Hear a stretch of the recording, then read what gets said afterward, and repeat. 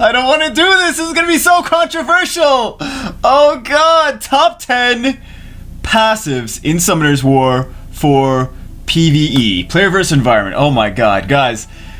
I asked so many people about this. So many people gave me their input, and thank you, a special thank you to everyone that gave me their inputs.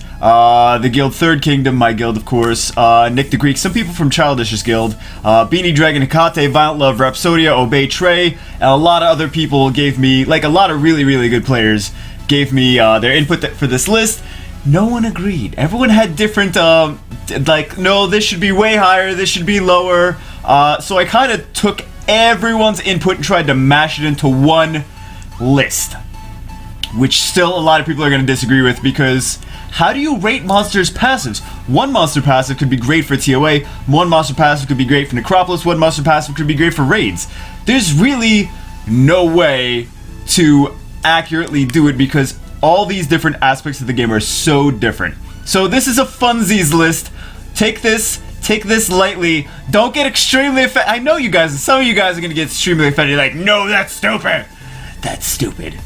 So yes, I understand that everyone's opinion is gonna be different. The people that I asked, great players, all disagreed with each other. So some of them agreed on a lot of the ones near the top.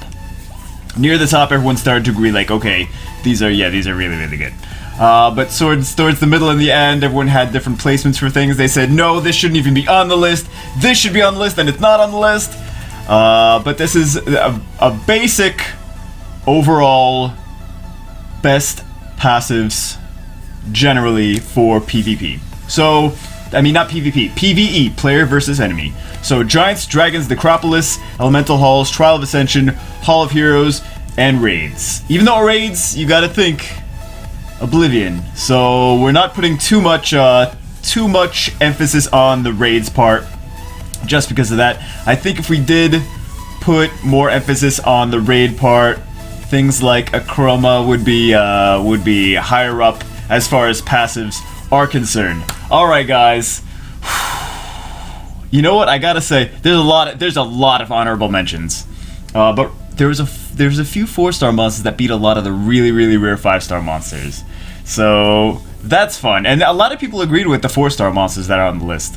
So, all right, and some people, this is not even how I would rank them. This is just trying to get an overall assessment of the situation. All right, who is number 10? Let's start off. Xerato and Theomars. We tie. Okay, we put 2 on there, so maybe it's the top 11. But Xerato and Theomars are very similar. Single target, multi-hit, does dots, element neutral. Very nice for that. So yeah, big damage, element neutral. Xerato has 2 extra attacks with 50% of the regular damage when he crits, and he's got high crit rate always. Same thing with Critomars. Same thing with Critomars. High crit rate, always has attribute advantage, and he gets Endure, so he has some survivability when he dies. So where is he good for? He's good for, let's see what he can be good for. He's good for Necro, he's got multi-hits. He's good for Dragons, he's good for Giants. People use him in Dragons B10 teams. Same thing with Xerato, he's good for Giants. Both do a lot of dots and defense break. Very nice there. Elemental Halls, same thing.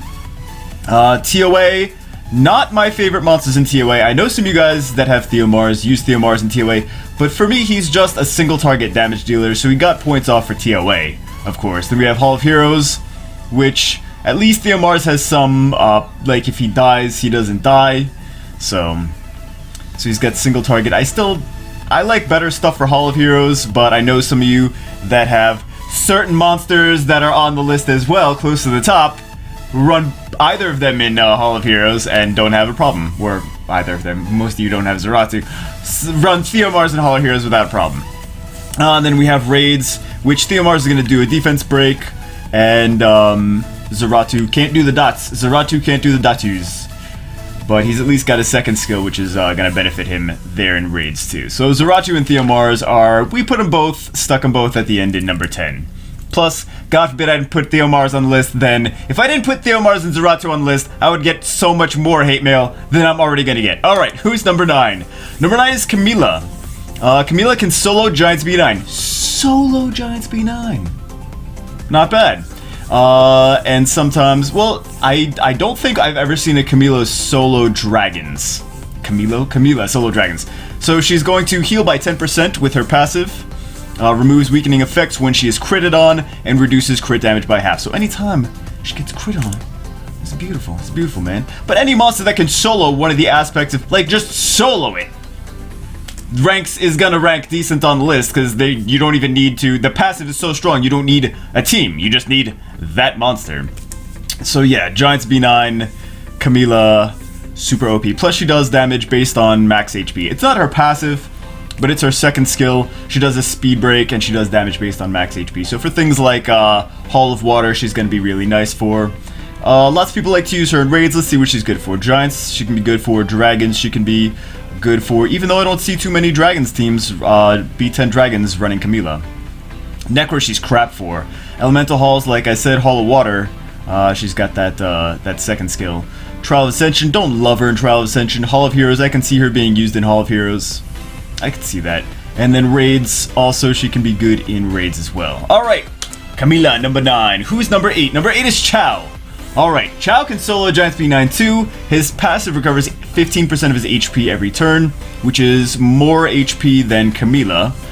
Damage scales based on his HP situation, and I have seen a Chao solo Dragons B10. So solo Giants B9, solo Dragons B10, you need to get basically perfect legendary runes for it. But there is at least a couple Chaos out there that can solo Dragons B10. Maybe it's not 100% of the time, maybe it's not 100% success rate, but then again, no team's 100% success rate. But it's still that they can even do it is phenomenal. So there you go. Chao is at number 8. Where is he good for? He's basically good for same place, Giants, Dragons, not really for Necro. No multi-hit skills. Elemental Halls, he's at least got the dots, so he's good against the bosses because his dots help do extra damage to them with his first skill. Trial of Ascension, don't love him for there. Hall of Heroes, I'm sure there's players that use Hall of Heroes, use Chao. And then raids, of course, we can at least, Camila can slow the raid boss. So we can't really do dots to the raid boss with Chao. So Camila's maybe a little bit better for, although I don't have them. So I shouldn't say who's better for raids, whether it's Chao or Camila. I've seen more Camilas used than Chaos. So that's what I'll say. I shouldn't say who, because we didn't look at them side by side. Okay, who is number, what are we on? 10, 9, 8. Yes, I can count backwards, amazing. Perna is number 7. Perna. AoE team heal. Perna is more of a team player though. AoE team heal plus revive on top of that. So like Amon, but on crack if Amon was on crack and did a lot more damage than Amon. So damage dealer plus self-revive plus a heal. Plus an AoE heal. So where can we use Perna? Giants, you could use Perna in Giants. You could. Element disadvantage over Giants B10, but you could. Dragons, you can use Perna. Necropolis, you really can't use Perna in Necropolis. Not really a Necropolis monster. Elemental Halls, yes. Trial of Ascension, yes you can, because it's got an AoE team heal. And Perna's got stuns on the first skill as well, which is good for ToA. You know, it's a single target monster, but it's got stuns on the first skill. Then Hall of Heroes as well, yes, AoE team heal, more of a team player. And then raids as well, a lot of people use Perna for raids too. AoE team heal, team player.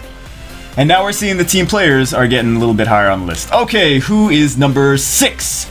Cadiz Nuts. Oh yeah. Okay, Cadiz, for some of you that aren't familiar with Cadiz passive, Feast of Blood. Every hit gives the enemy a 2-turn brand and heals all allies for 30% of the damage done, so you still ruin him as the damage dealer. Plus AoE attack increase of 30% when he kills something. He's got a brand. Oh my goodness. And he's got multi-hit first skill too, doesn't he? So Giants, yes, he's got element advantage over everything. So Giants, yes. Dragons, yes. Necro, yes. Double hit first skill. Elemental Halls, yes. Trial of Ascension, yes. Very good for Trial of Ascension, actually. Hall of Heroes, yes. And raids, yes. Yes, Cadiz. Yes. Alright, so this one I actually had lower on the list. What are we up to? Oh, we're up to Are we up to 5 already? Oh my god, we're up to 5. This one I had lower on the list, and a couple people I talked to, a couple of the really high players that have him are like, no, he needs to be higher on the list, and also Nick the Greek yelled at me too. As some of you guys watch his channel. Everyone yelled at me, they're like, no, this guy's gotta be higher, he's gotta be definitely higher, because he was like around 10. But everyone else said higher, so we're doing higher. Number 5 is Hwadam. Secretive Guard. If an ally is dealt a fatal blow, 30% of your current HP is transferred to them and their death is prevented. So this is more defensively based. Like I'm saying, he's not a defense-based monster. He's just a defensively based, like, okay, make sure no one dies. Anyone squishy, he can make sure they don't die. Your damage dealer protects your Zeratu, your Theomars. Yeah, everyone's. Yeah, protects. Who's Zeratu, Joe Bagel? Who's got a Zeratu? Like, one guy, 3 people watching this. 3 people watching this has Zeratu. Congratulations. So where can Hwadam be used? Anywhere, really. Anywhere. And he's OP in Hall of Heroes. Because you can just, any level, someone's gonna die. You got some squishy nukers. A lot of people like to use Perna. A lot of the OP players that have things like Perna and Tower and just strong nukers, and they just want to do B3 Hall of Heroes with nukers and Galleon and get like really super too fast runes. Runes? Okay, yes. Hall of Heroes gives you runes, guys. So yeah, that's super crazy for Hall of... He's so high based on Hall of Heroes and based on the people that want to do more nuke-friendly ToA runs. Elemental Halls, I don't think you really need him for Elemental Halls and things like that. Necro he loses points for, because I don't think he's a great Necro monster. And then Dragons and Giants, he's okay, he's solidly okay. He's not bad, he's not amazing. He's got his debuffs with his first skill. And then we have Raids. I don't ever see him being used in Raids. I never see Hwadam used in Raids. I always see other stuff. Even the people that have Hwadam seem to not use them in Raids. So, and they would know best, right? Because they have Hwadam.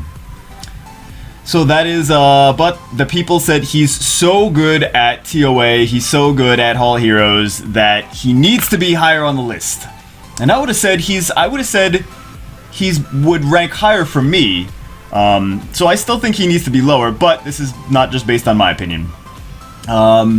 Just because I think he's a great PvP monster, more so than I'm not going to take him into a Dragon speed team, I'm not going to take him into a Giant speed team, and I'm not going to take him really into Necropolis. That's why I had him lower on the list, but maybe you guys agree with me, maybe you guys don't. I think he would rank very high for PvP, but not so much for PvE, for my personal tastes. Alright, so even I disagree with my list. Then we have Veramos. Well, it's not just my opinion, so I'm trying to get everyone else's opinion. Not everyone, but I'm trying to get a lot of really strong players' opinion too. Veramos! Conversion of magic removes a weakening effect of all allies and heals him. We already knew that number 4 was going to be Veramos. Okay, Veramos is number 4, by the way. We're at number 4. Yeah, just a cleanse of every turn. Every time he gets a turn. So high speed, Violet Runes...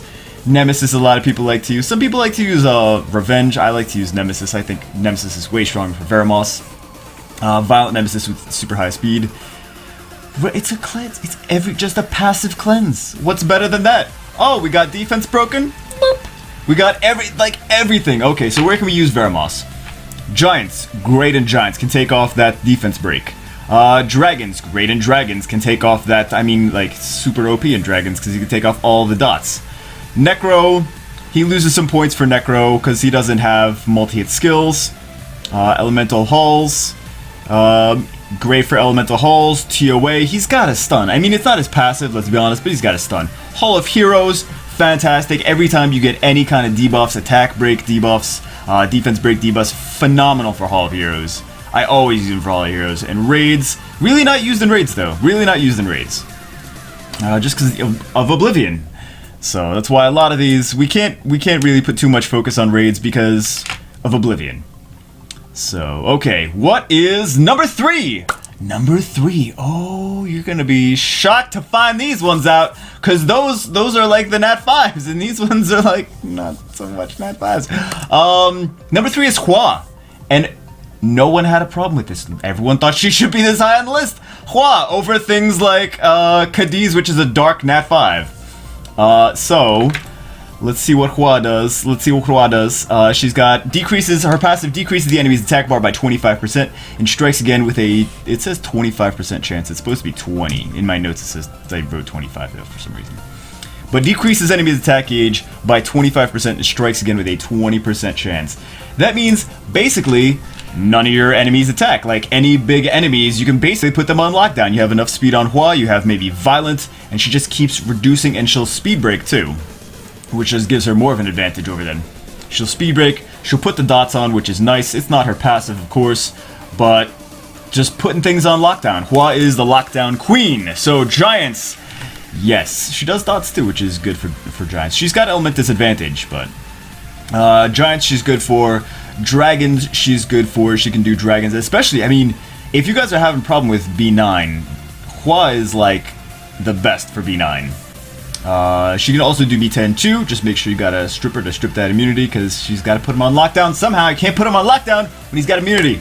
Necro, she's great for Necro. She's done a lot of people's Necro B10 teams. Elemental Halls, yes, she's definitely good for Elemental Halls.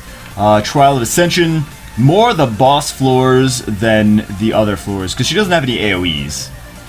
But she's good for boss floors. Just keep the boss on lock. Boss can't move. Like ToA 100 too.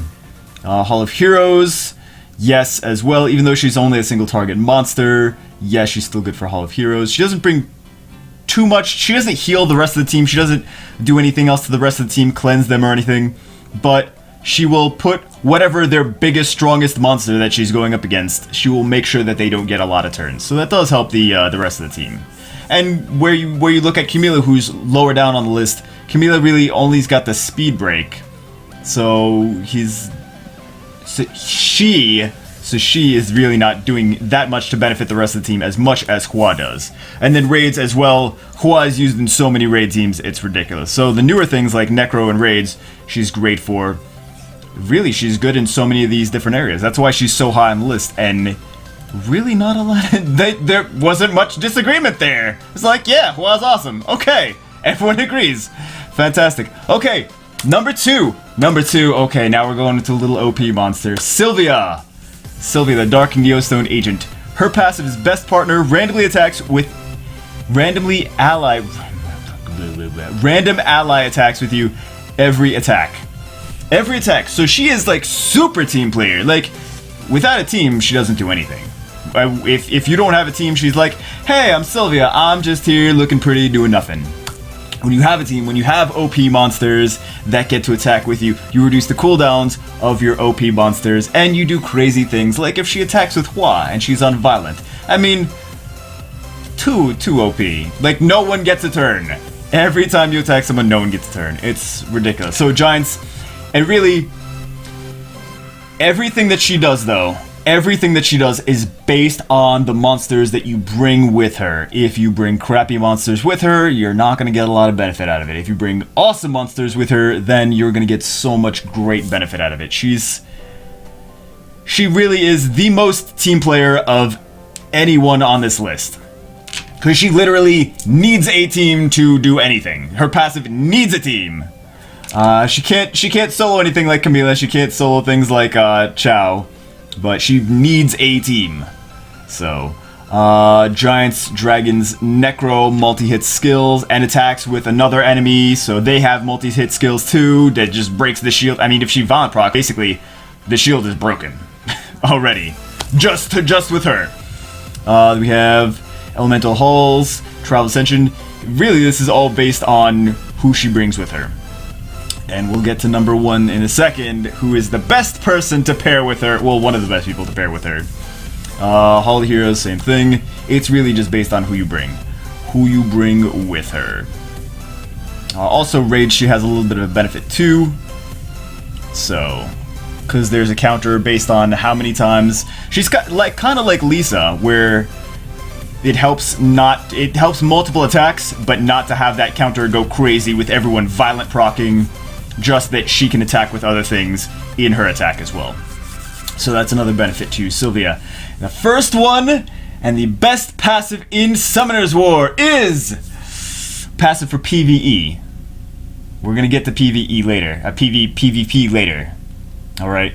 Because that's even harder to make a list for. Number 1 passive in Summoner's War for PVE is Devilmon! Passive Forbidden Ingredient increases the skill level of a monster by 1. So OP. No, I'm not. I'm just kidding. You guys, of course I had to troll you. It's Vertiheal! Oh my god. Vertiheal's number 1.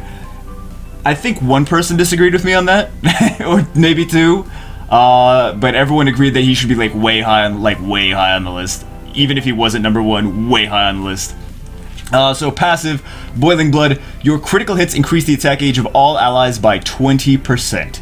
You will not find many Dragons teams that do not run Vertiheal. Well, a lot of the strongest, fastest Dragons teams run Vertiheal. Yeah, you'll find some Dragons teams that don't have Vertiheal, because they don't have Vertiheal. Like, because the players don't have Vertiheal, but if you've got Vertiheal, he's in your Dragons V10 team almost 100% of the time. He's so good that they had to nerf him because people were literally running double Vertiheal teams when the game first came out. Double Vertiheal, that was the thing, double Vertiheal. Okay, we got the attack age increase with this one, increases the second Vertiheal, attack age increase, does the first Vertiheal, and then GG, no one gets a turn, no one gets to move. That was a thing, so they had to, so you can't do double Vertiheal. When you have to nerf a passive, that's when you know it's too strong. It was too strong, and that's why they had to nerf him. But let's talk about where Vertiheal is good. Okay, Giants. He can even do Giants. I know you're gonna be like, he can't do Giants. He's got element disadvantage. You have to use Bernard for Giants. Bernard is nice for Giants. You can use Vertiheal for Giants. I've done it. You can use it. It works. Dragons B10. Like I said, he's like Dragons B10 team. That's Vertiheal is in there. A lot of people use Vertiheal in their Necro team. He's got 2 hits for his first skill, and he's usually ruined Violent Revenge. So when he revenges, he still hits 2 times. People have been using him. He's nice for the stuff on the way to the boss, not as good for the boss. Also, he doesn't have many debuffs. He doesn't have any debuffs. So like no attack break, no speed break, no anything. So he kind of gets points off for that. You can use him in Necro V10 though. I've seen it done. You can do it. Then we have Elemental Halls, fantastic for the Elemental Halls. Not so much for Hall of Water, but the other ones he's great for. Because, glancing hits and stuff like that. He's got elemental disadvantage, and he needs to be able to crit to actually increase the attack gauge. Then we have Trial of Ascension. Yes, you can run him in Trial of Ascension to just get so much turn advantage over everyone else. Hall of Heroes. Yes, you can run him Hall of Heroes as well. For the same reason, just multiplies your team, multiplies the effectiveness of your team. And then we have Raids, which I have seen people do R5 with Vertiheal. Not so much, but I've seen it happen. I've seen it more than one time. So, yeah, Vertiheal number 1, above a lot of the Light Dark Nat 5s. And I know a lot of you guys are like, no, this monster should have been on the list. Trust me. Whatever monster you think should have been on this list, you probably agreed with like a handful of other people. Seriously.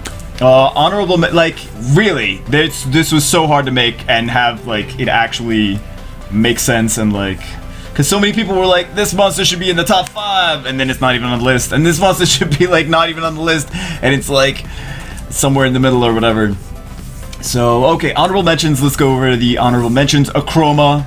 Do we even have to say? One of my guildmates was like, if you don't put this on the list, you're an idiot. But then other people were like, no, he doesn't even belong in the top 10. And one of my guildmates was like, no, he belongs in the top 5 at least. So we have Achroma, and they both made good arguments either way, both ways. So Achroma's definitely an honorable mention. And if you say she should be on the list, then lots of people agree with you too. Rauk was an honorable mention. I don't think he really should be on the top 10, but he's got a really good passive for a lot of different areas. He's got a really good passive for Necropolis, for Elemental Halls, for I really wouldn't put him in ToA, or Raids, but he's good for a few of the things. Juno, Darien, Amon, Mali, Grego, Pang, Rakuni, Nyx, Chilling, Amduat, Libli, and literally almost every passive monster could be could be on this list for one reason or another. Because like, oh, this monster is really, really good for ToA. Why aren't they on there? Well, because they aren't good for this other thing, maybe. So, yeah, it's really, everyone has different opinions, and even the people that helped me make the list all had different opinions. So I'm trying to combine everyone's opinions into one. And there's reasons for every monster to be on this list. But hope you guys enjoyed the video. You guys are gonna be like, screw you, I don't agree with this. But I hope you understand why that, like, yes, you totally understandable that you don't agree with it. Everyone disagrees about one thing or another. Everyone values certain aspects of the game more than the other. Everyone kind of has like a little monster boner for one of the monsters that wasn't on the list. Maybe some people thought maybe Theomar should be higher. Some people thought like, what is Camila doing on there? It doesn't help the rest of the team. Hey, you know, everyone's got different opinions. So I hope you understand that even if we disagree, we can still have fun and play the game together, right? Right. All right, guys. Hope you enjoyed the video. I will see you as always in the next one.